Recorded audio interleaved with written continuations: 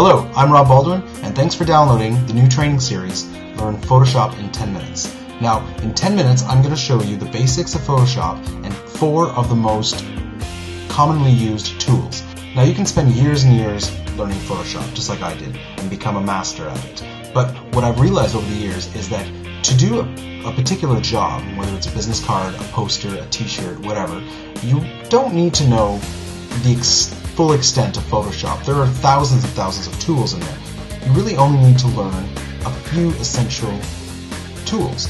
Now what you're going to learn in the next 10 minutes is the 4 tools I use every time I open Photoshop.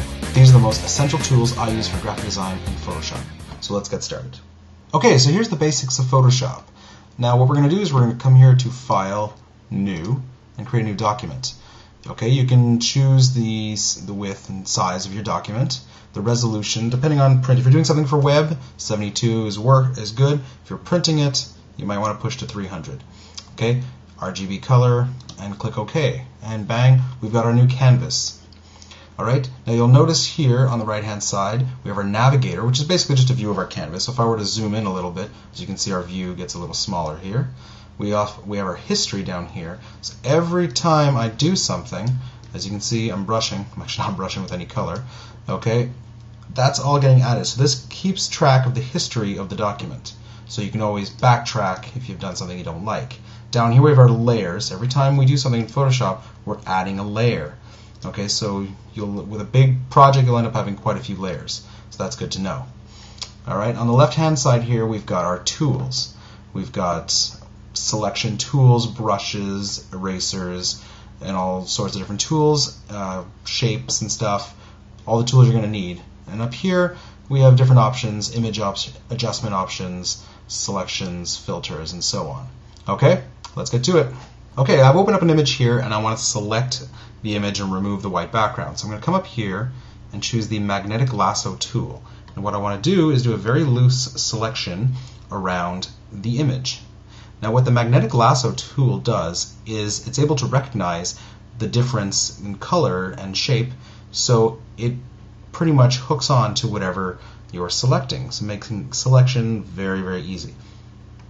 Okay, take out the middle here, and that's it. Obviously it's not perfect, so what we want to do now is use the basic lasso tool, and we're going to go in and fix the imperfections. As you can see here, not perfect. So what I want to do is, if I hold down Shift, watch, there's a plus. If I hold down Alt, I've got a minus. So plus and minus, adding selection and removing selection. So we're going to go through and we're going to fix the imperfections.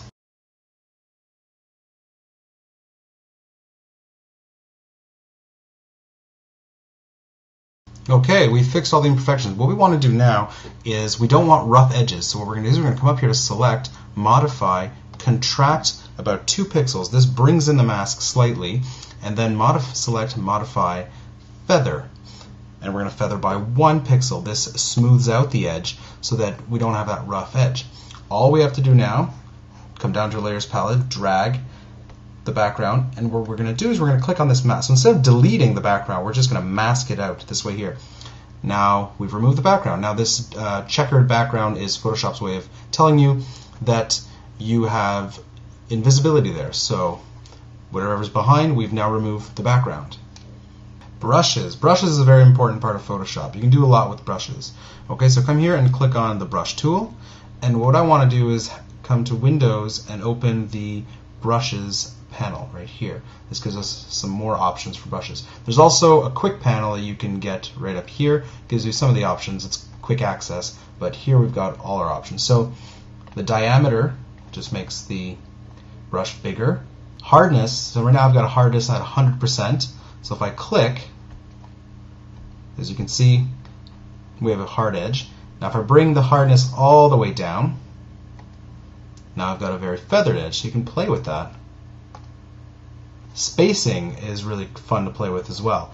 If I drag the brush tool, it makes a line this way here. If I increase the spacing, watch. what happens? There's space between my brushes. So this comes really in handy when you're making some cool design backgrounds. Another thing that's cool is we click down here to Shape Dynamics. I can size jitter, roundness jitter even. Now we're getting an even cooler effect as I'm brushing. Click down on Scatter and we can scatter our brushes. Now, watch again. Look at that. We're scattering the brushes around.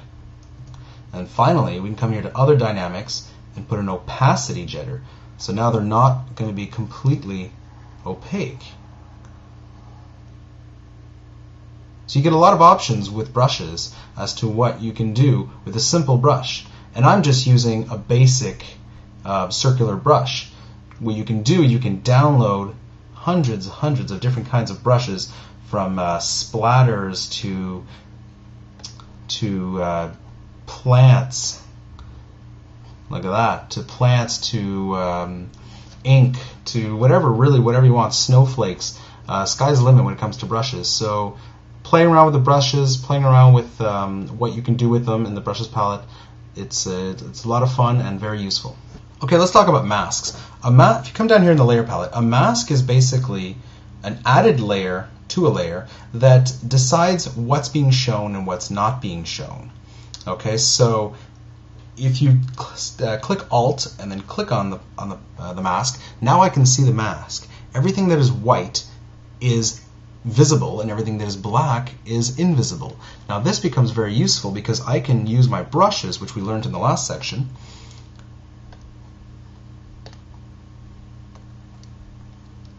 and I can draw in the mask. This way here, click back, and now look, that part becomes invisible. Now obviously I don't want to do that, but this becomes very interesting for manipulating selections and masks. So if I'm not completely happy with the way I selected around the finger here, it's a little off, I can click a very low brush this way here, and make sure that if I'm not, you can edit directly in here, but I can also edit the mask from the layer. Just make sure that you're selected the mask, not the layer. You see, this is very important. If I draw in here, watch, if I draw on this layer, I'm drawing black. That's not good. But if I'm selected here, I'm drawing on the mask, so I'm actually making the background invisible. So clicking on the white, because white makes it visible, I can simply draw in what's missing of the fingers here and make a much cleaner selection. Remember, I can also, in my shape dynamics, I can also make the hardness lower, so I have a very smooth edge and not a sharp edge. So you can create masks to any layer. I could come down here, click on this button, create a new layer, create a nice large black circle, just like that, and then click on the mask tool, add a mask to that, and then simply make it go away. Now the image is still there, but it's being masked out. So masks are a very powerful thing. Instead of deleting something, you can simply mask it out. So if you ever need to come back to it, it'll always be there. Blending options are a great way to stylize layers. Okay, so here we have our title, and as you notice, it's 3 different layers. It's not just one text element, it's 3 text elements, one for every word. Okay, so first thing I'm going to do is I'm going to stylize this a little bit by changing the shape. So hit Command or Control T, make this a little bigger, rotate it slightly, click on minute, same thing, Control T, Command T, and just make it a little stylized this way here. Okay, now right click on the 10, blending options. And what are we going to do? We're going to click on color overlay. See, that adds a color on top of that. Let's make it a blue. Nice bright blue this way here. Click on bevel and emboss. This adds a little 3D element to it. Just fiddle with the options. Drop shadow. Just like that. Click OK. And that's how we add. We do the same thing to minute. Let's add a gradient overlay on this one. There, how about that? Looks a little weird, but whatever. And I like to make these pretty much the same. Okay, so now let's copy the layer style of minute, come over to Photoshop, and paste the layer style. Now we've got the same layer style. And that's how we use blending options to stylize layers. And these blending options can be used to virtually any layer you want. It doesn't have to be text, it can be anything.